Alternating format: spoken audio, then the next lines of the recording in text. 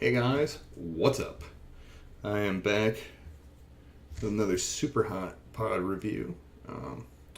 This came out of my own garden, and this is the 7-pot pink. Let me see if I can adjust the lighting here a little bit so you can see this better. 1 second. Yeah, that's a bit better there. Now, this variety is associated with Matthew Arthur. Now, I gotta confess, I don't know much about this chili. I don't know if it's something Matthew Arthur created or shared with a lot of people. I'm not sure either way. Please, if you know, help clear that up for me in the comments. Be much appreciated. Now this right here, as you can see, it's a large pod. It kind of looks like a giant Scotch bonnet in a way. It's very similar to a Scotch bonnet in shape. All of mine are getting this little tail. Some of them are more pointy, more pronounced. And now it's not quite a pink. It's more of a blush type color, and again, like, the lighting here really isn't showing it off quite that great. It's similar to what Crayola used to kind of in a very racially insensitive way refer to as flesh color, if that makes any sense. Now, there's not much of an aroma through the skin. I have no idea how hot this is going to be. It's a 7-pot, so I'm going to assume that it's pretty damn hot. What I can say too is the plant is very prolific. Mine didn't really get above 2 feet tall, but it's loaded with huge pods like this. And it starts off like a very pale, almost white green, goes into almost pure white, and then blushes out to this. Alright, enough of a preamble there. I'm going to take the stem off. We're going to cut it open, have a look-see inside. Solid white placenta inside. Now, let's see if I can get this to focus a bit. Very cool looking in there. There are a few pools of oil. It does have a very pungent, fruity, uniquely 7-pot aroma. You can definitely, like, once you've smelled a 7-pot, it's kind of unmistakable. See if I can take out some seeds here.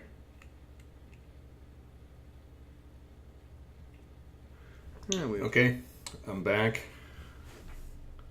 and placenta's all still there. Maybe just jostled around a little bit so I could get those seeds and secure this for next year's grow if I like it.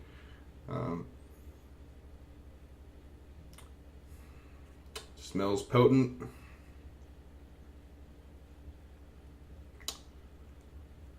Let's say a prayer for the booty hole.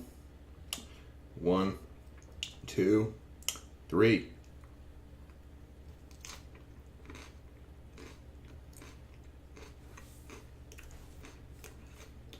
Really fruity and citrusy.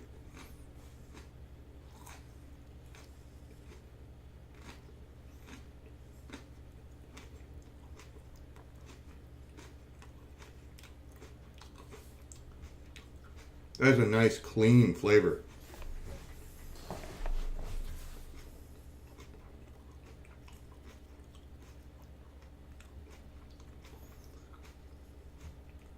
Getting warm.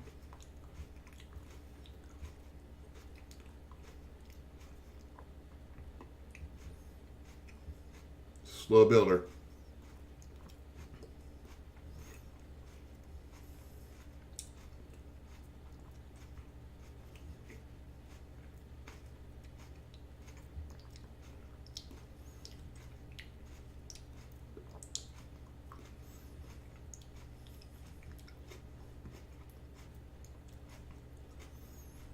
It starts under the tongue.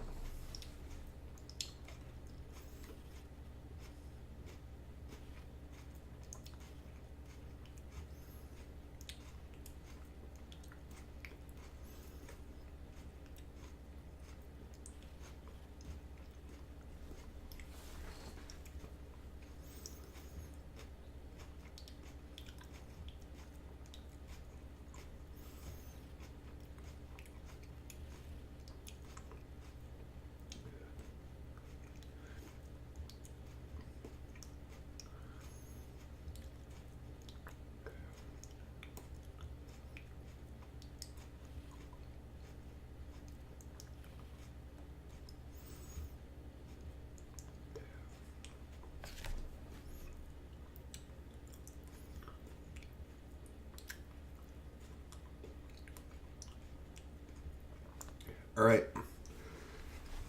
For a 7-pot,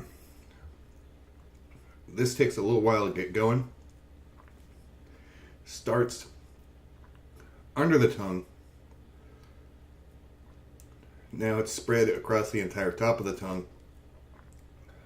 A little bit in the cheeks,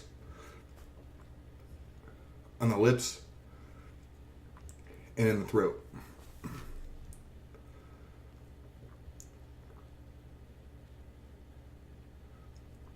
Still building a little bit. Let's let this one ride for a while, see where it goes.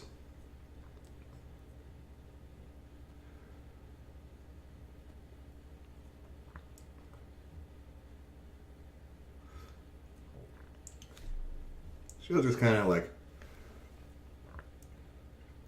this is odd. It doesn't feel like it's getting hotter. It's more that the heat is spreading more. But it's mostly my throat, right here, and my tongue. This really fries the tongue. And cheeks right there. Oh, and the lips. My lips have gone numb.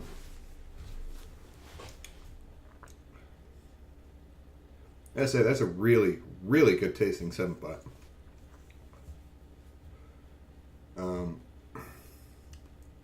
There's none of that nasty, chemically capsaicin flavor.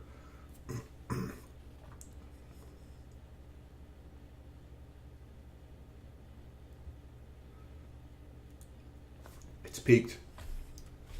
It's not getting any worse. It's just kind of, it's eased up on the throat, really. Now it's just kind of swirling around the front of the mouth, throbbing.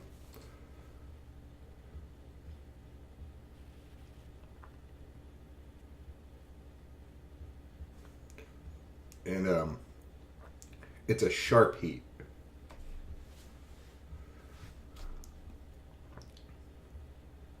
It's like an army of marching ants with tattoo needles tattooing your tongue.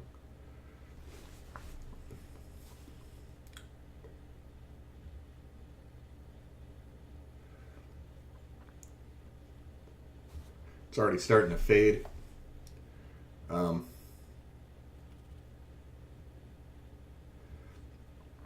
I would definitely put that on the lower end of super hot heat. That's not up there with the bruisers. I'd say at or maybe slightly below a yellow 7-pot in heat.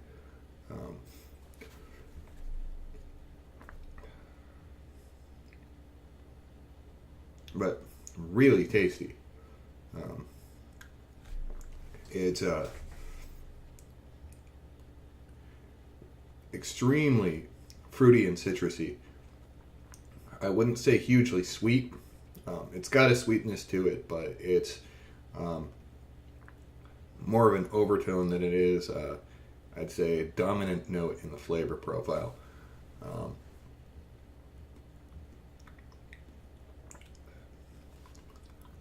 But definitely that fruity, citrusy 7-pot flavor.